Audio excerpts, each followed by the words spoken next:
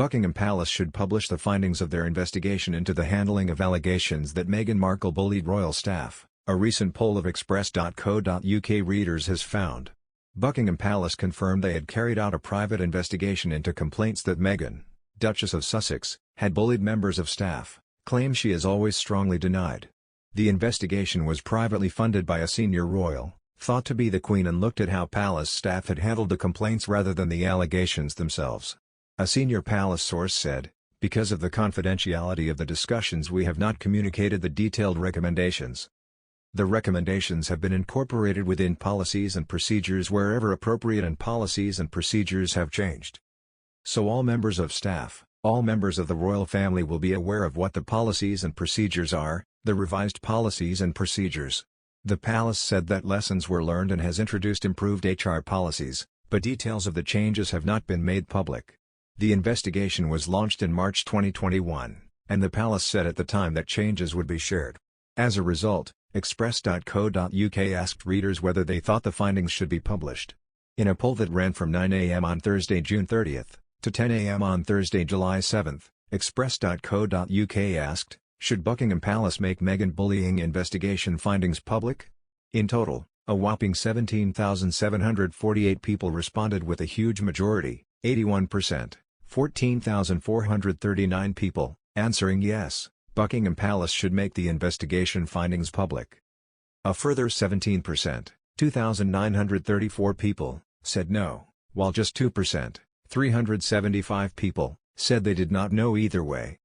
Dozens of comments were left below the accompanying article as readers shared their thoughts on the investigation. Some readers argued that the report on Meghan's bullying investigation should be made public. One reader, username Aussie Shell, said, "Without a shadow of a doubt it should be made public." Another, username Beehive, said, "When this investigation started, it was intimated that we would see the results. It affected the whole country.